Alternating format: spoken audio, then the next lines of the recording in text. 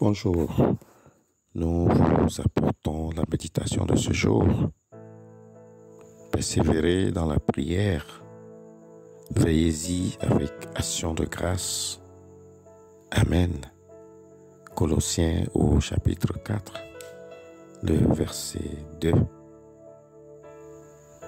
Comment entrer dans une puissante vie de prière?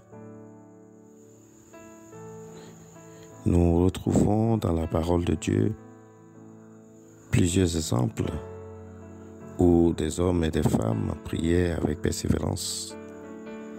Nous avons même l'exemple du Seigneur lorsque son moment était venu pour être crucifié. Il avait prié à 3 reprises. Pierre aussi, lorsqu'il était en prison, l'Église priait pour lui avec ardeur au point qu'un ange était envoyé pour le libérer en prison. Savez-vous qu'il est possible pour que Pierre périsse en prison si l'Église ne priait pas pour lui?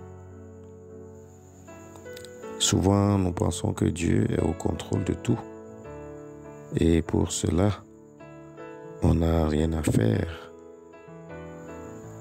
Pourtant, ce n'est pas toujours le cas, car Dieu attend que nous prions afin qu'il puisse agir en notre faveur selon notre demande. Bien-aimés dans la foi, comment devenir une femme et un homme de prière? Un très grand exemple de cet exercice qui nous permet de nous ancrer fortement dans la prière. La parole de Dieu, le jour de la Pentecôte, où le Saint-Esprit pour la première fois était venu dans l'homme. Quand il était venu ce jour-là, savez-vous ce qu'il avait trouvé? Des hommes et des femmes qui étaient en train de prier. Et nous pouvons croire que le Saint-Esprit a choisi de venir en ce moment même où ces hommes et ces femmes priaient. De plus, après avoir reçu le Saint-Esprit ce jour-là, les disciples ont prié d'une manière qu'ils n'ont jamais prié avant, car le Saint-Esprit était à l'œuvre. Parce que mon frère en Christ, Dieu ne veut pas que tu pries 1 minute ou occasionnellement, mais il veut que tu aies une vie de prière persévérante,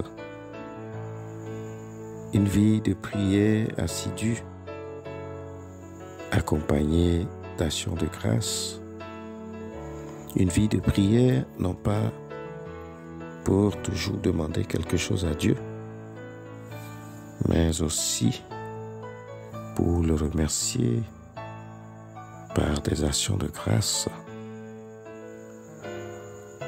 Et pour cela, la parole de Dieu nous demande de veiller sur notre vie de prière.